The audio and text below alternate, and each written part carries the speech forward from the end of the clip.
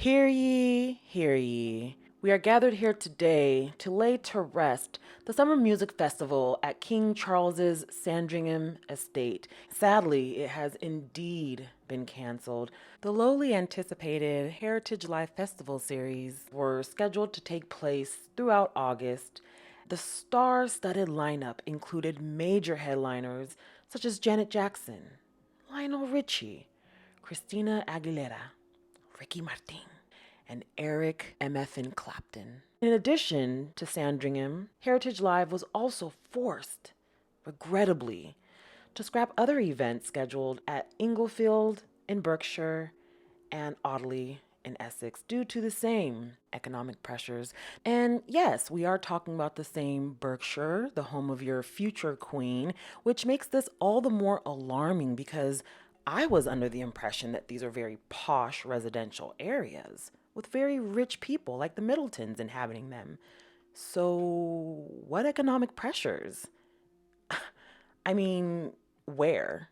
Economic pressures where? Well, in order to answer this question, we have to look past the very thin veneer of the English upper crust. Now, for those of you who don't know, the Middletons' business, their bread and butter that got them all those riches, went into administration in 2020.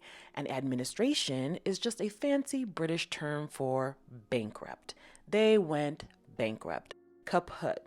And it was really shocking at the time because everybody was like, well, why the heck doesn't William just come in and save them? But no, he did not. He chose to let them face the very public, very embarrassing spectacle of being bought out in pieces, liquidated, if you will, by some guy who looks like a bloated Mr. Peanut. Real headline, by the way. So that should have been the first sign. The second sign is James Middleton's businesses all failing as well. Could have had something to do with the Yahtzee paraphernalia he was producing, but who knows? Long story short, the Middletons aren't doing as well as one might be led to believe. So here we are, 2026, and not even the very upper crust, good white folks of Berkshire can afford this festival. Color me shocked. And it gets even worse. Apparently, the good people of Great Britain can't even afford to eat right now, which I find very shocking. I mean, according to your very popular, very trustworthy right-wing media like the Daily Fail or Nigel Farage, I mean, you guys are doing great. You guys are doing great post-Brexit. Everything is great. Couldn't be better. And don't worry about the revolving door of prime ministers. Okay, that's a distraction. Britain couldn't be better. You guys are doing great. Leaving the EU was the best decision you ever made. You're healthier, happier, and richer than you've ever been. So color me surprised when I see headlines like food and other basic necessities are too expensive. What do you mean food is too expensive? Your royal family is being paid £500 million a year. Where does he get the money from if not you? So what do you mean you don't have the money and you can't eat? You can afford to pay the king. And I know, don't get me wrong, I know it's not voluntary. I know they dangle you over a balcony by your ankles every year, shaking out all the coins. But that doesn't mean that you shouldn't have more coins stashed in a mattress somewhere to give your king. I don't know. Berkshire in particular, I'm just really disappointed. You guys could have done so much better. King Charles has really sacrificed for his country and for you guys. He used to sell cash for honors, and now he doesn't anymore. Yeah, primarily because he got caught in 4K, but that's neither here nor there. He stopped doing that illegal thing that brought him a lot of money, and now he's on the up and up doing these ridiculous festivals, and this is how you repay him. This is how you show up for your king, who sacrificed millions of pounds, stuffed into Fortnum and Mason bags, and handed to him under a table for you. We're all shocked that this has occurred. I mean, who knew that the poor decisions that the royals and parliament has made over the last, multiple decades would end up having an effect on the wealthy upper class elites? Who knew? I mean, this is just unsettling, to say the least. You get this once-in-a-lifetime opportunity to go grovel at the king's feet at Sandringham. What more do you people want? Oh, fair wages? affordable housing and food, a functioning NHS, basic necessities that shouldn't cost an arm and a leg and your firstborn.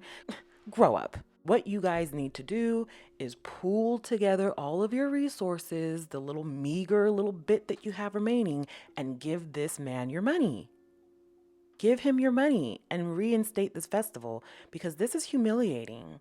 Not only have you humiliated your king and queen, but you've also shown the world that popularity is not obtained by virtue of being the monarch, nor is it obtained by virtue of being proximal to the monarch. This is a big problem.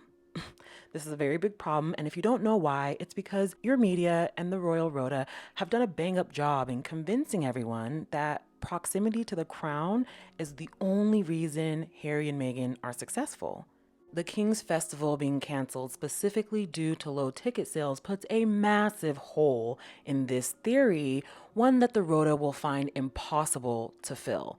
So, chop chop. Gather up all your gold coins, gather up all the doubloons, and give King Charles and this festival your money and undivided attention. Because both of those are currency and you have at least something. Now, the money part I can try and understand, but not paying attention to the king and queen or the heir and his wife, that is unacceptable. Where's the respect? Where is the respect?